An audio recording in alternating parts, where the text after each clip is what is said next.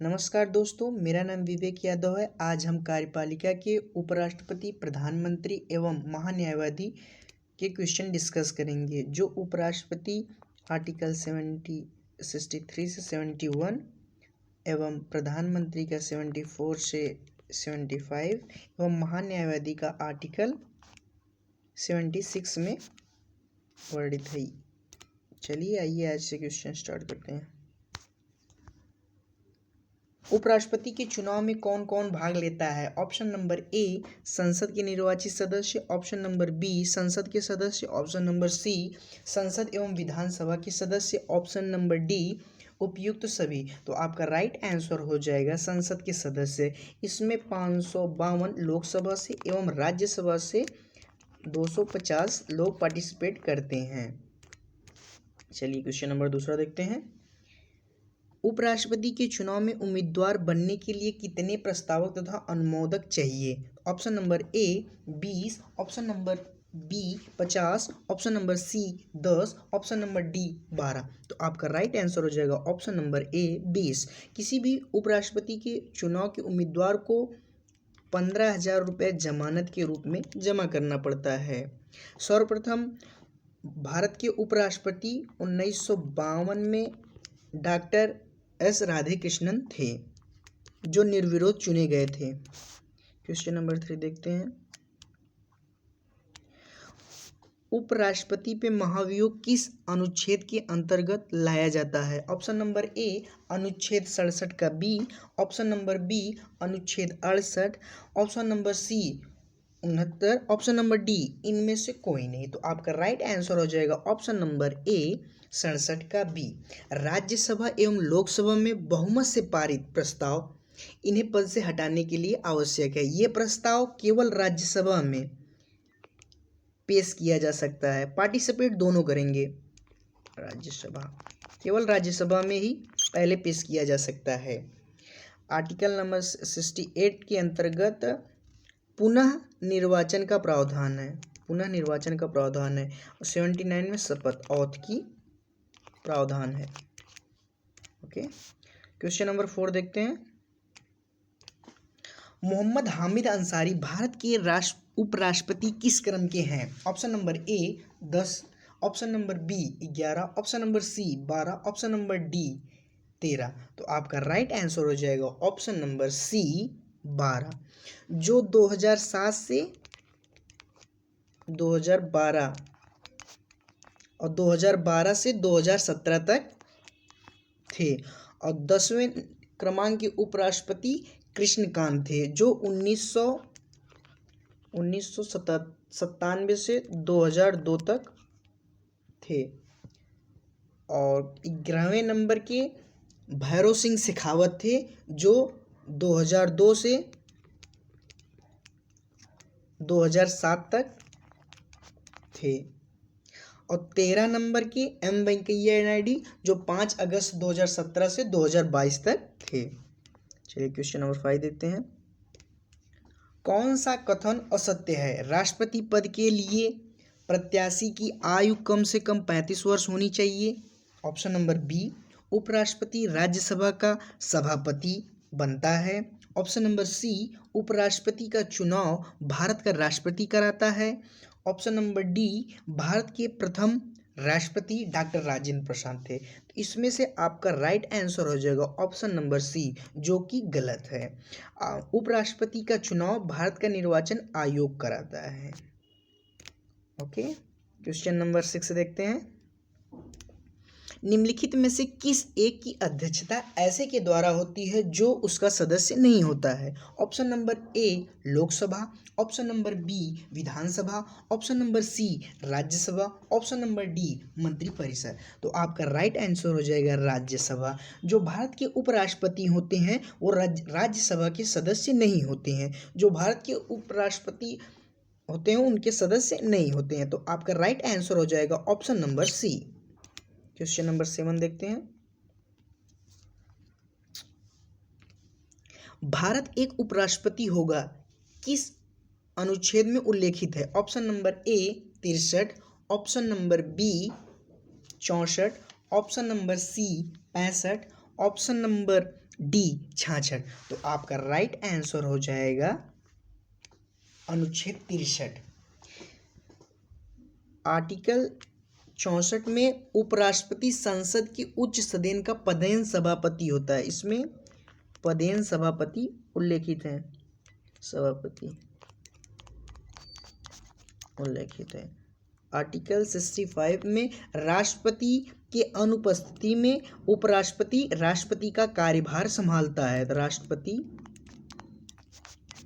राष्ट्रपति का कार्यभार संभालता है। राष्ट्रपति के कार्यभार पर जितने समय के लिए ये कार्यरत रहता है वो राष्ट्रपति की ही तरह वेतन नहीं पाता है, केवल इसे राज्यसभा के सभापति होने की वजह से इनको वेतन मिलता है। आर्टिकल 66 देखते हैं। उपराष्ट्रपति का निर्वाचन इसमें उल्लेखित है। उपराष्ट्रपति का निर्वाचन जो एकल संक्रमणी होता है, पद्धति से होता है। क्वेश्चन नंबर 8 देखते हैं। भारत का प्रधानमंत्री होता है। ऑप्शन नंबर ए निर्वाचित, ऑप्शन नंबर बी मनोनीत, ऑप्शन नंबर सी चयनित, ऑप्शन नंबर डी नियुक्त। तो भारत का जो प्रधानमंत्री होता है उसे नियुक्ति होता है, जो आर्टिकल 75 में राष्ट्रपति के द्वारा नियुक्ति होता है। क्वेश्चन नंबर 9 देखते हैं। संसदीय शासन में वास्तविक कार्यपालिका शक्ति किसके पास होती है? ऑप्शन नंबर ए प्रधानमंत्री, ऑप्शन नंबर बी सांसद, ऑप्शन नंबर सी राष्ट्रपति, ऑप्शन नंबर डी उपराष्ट्रपति। तो आपका राइट आंसर हो जाएगा ऑप्शन नंबर ए प्रधानमंत्री। सारी वास्तविक कार्यपालिका की शक्ति प्रधानमंत्री के पास होता है। प्रधानमंत्री एक प्रकार से राष्ट्रपति एक प्रकार से प्रधानमंत्री का कठपुतली होता है। जो राष्ट्रपति का प्रधानमंत्री करता है वही राष्ट्रपति करता है। आर्टिकल नंबर 53 में ये वर्णित है कि संघ की कार्यपालिका की सभी शक्ति राष्ट्रपति में निहित है, लेकिन प्रधानमंत्री वास्तविक शक्ति उसके पास होती है। क्वेश्चन नंबर 10वां देखते हैं।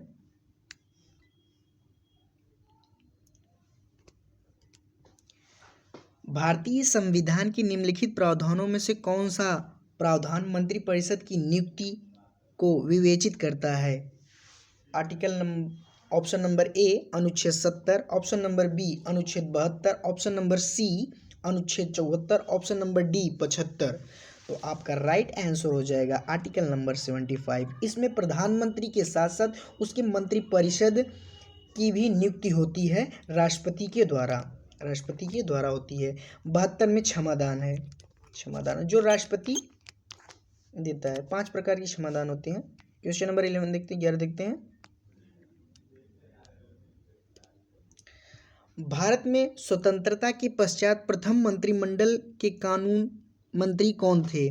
Option number A Rajkumari Amrita Kaur, option number B Baldev Singh, option number C BR Ambedkar, option number D इनमें से कोई नहीं। तो आपका राइट आंसर हो जाएगा कानूनी मंत्री option number C BR Ambedkar, Baldev Singh. जैसे नाम से ही पता चल रहा है बलदेव सिंह, बल मतलब रक्षा मंत्री थी ये, रक्षा मंत्री। अमृता सिंह कौर ये स्वास्थ्य मंत्री थी। क्वेश्चन नंबर 12 देखते हैं। भारत के किस प्रधानमंत्री की मृत्यु देश के बाहर हुआ? Option number A Jawaharlal Nehru, option number B Morarji ji Desai, option number C Lal Bahadur Shastri, option number D Chaudhary Charan Singh. तो आपका राइट आंसर हो जाएगा लाल बहादुर शास्त्री, जिनकी मृत्यु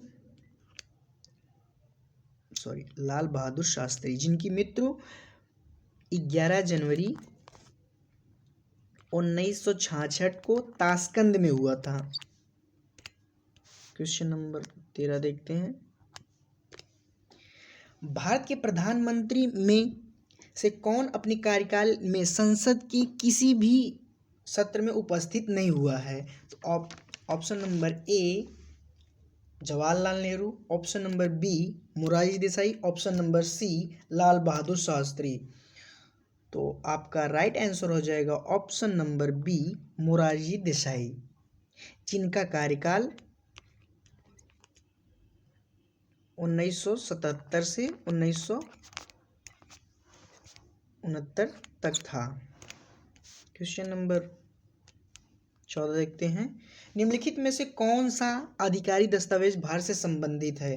ऑप्शन नंबर ए हरित पत्र, ऑप्शन नंबर बी श्वेत पत्र, ऑप्शन नंबर सी नीला पत्र, ऑप्शन नंबर डी पीला पत्र। तो आपका राइट आंसर हो जाएगा श्वेत पत्र। भारत सरकार द्वारा अथवा उसके किसी भी मंत्रालय द्वारा किसी विषय पर विस्तृत आधिकारिक विवरण श्वेत पत्र के रूप में ही जारी किया जाता है। तो आपका राइट आंसर हो जाएगा option number B. Question number 15 देखते हैं। Council of scientific and industrial research का अध्यक्ष कौन होता है? ऑप्शन नंबर ए भारत के उपराष्ट्रपति, ऑप्शन नंबर बी भारत के राष्ट्रपति, ऑप्शन नंबर सी भारत के प्रधानमंत्री, ऑप्शन नंबर डी इनमें से कोई नहीं। तो आपका राइट आंसर हो जाएगा ऑप्शन नंबर सी भारत के प्रधानमंत्री। भारत के प्रधानमंत्री नीति आयोग के भी अध्यक्ष होते हैं। NITI Aayog national development council और वाइल्ड लाइफ कंजर्वेशन के भी ये अध्यक्ष होते हैं। पॉपुलेशन कंट्रोल बोर्ड के भी ये अध्यक्ष होते हैं। पॉपुलेशन PCB के भी ये अध्यक्ष होते हैं। क्वेश्चन नंबर 16 देखते हैं। निम्नलिखित में से किसका सम्मेलन सही नहीं है? Option number A Jawaharlal Nehru Shanti Ghat, option number B Indira Gandhi Shakti Sthal, option number C Lal Bahadur Shastri Vijay Ghat, option number D Rajiv Gandhi Karmabhumi. तो आपका राइट आंसर हो जाएगा राजीव गांधी कर्मभूमि, जो कि गलत है। आपका राजीव गांधी वीरभूमि इसका राइट आंसर हो जाएगा। क्वेश्चन नंबर 17 देखते हैं। भारत सरकार को कानूनी विषयों पर कौन परामर्श देता है? ऑप्शन नंबर ए महान्यायवादी, ऑप्शन नंबर बी प्रधानमंत्री, ऑप्शन नंबर सी विधि आयोग के अध्यक्ष, ऑप्शन नंबर डी इनमें से कोई नहीं। तो आपका राइट आंसर हो जाएगा महान्यायवादी, जो आर्टिकल 76 में वर्णित है। क्वेश्चन नंबर 18 देखते हैं। निम्नलिखित में से किसे संसद को संबोधन करने का अधिकार है? ऑप्शन नंबर ए भारत के महान्यायवादी को, ऑप्शन नंबर बी भारत के मुख्य चुनाव आयुक्त को, ऑप्शन नंबर सी भारत के मुख्य न्यायाधीश को, ऑप्शन नंबर डी राष्ट्रपति सुरक्षा सलाहकार को।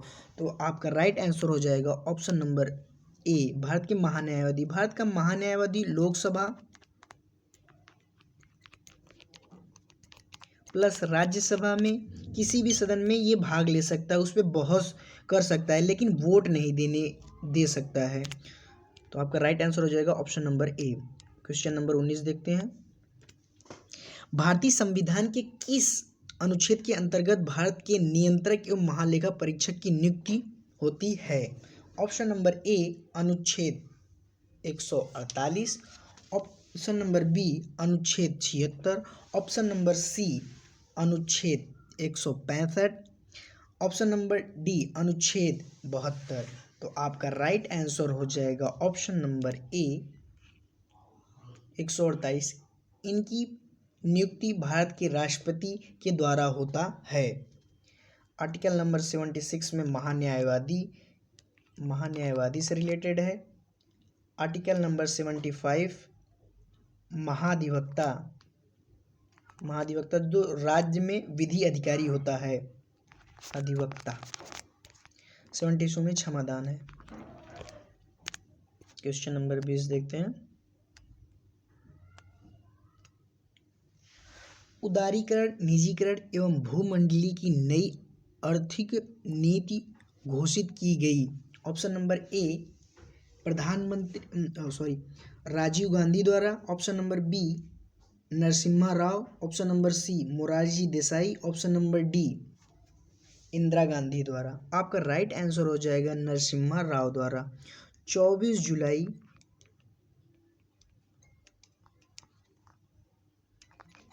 1991 में एलपीजी लिबरलाइजेशन, प्राइवेटाइजेशन, ग्लोबलाइजेशन, जिसके तहत भारत में विदेशी कंपनियों का आगमन हुआ। उस समय के वित्त मंत्री हमारे मनमोहन सिंह थे। तो इसका राइट आंसर हो जाएगा नरसिम्हा राव।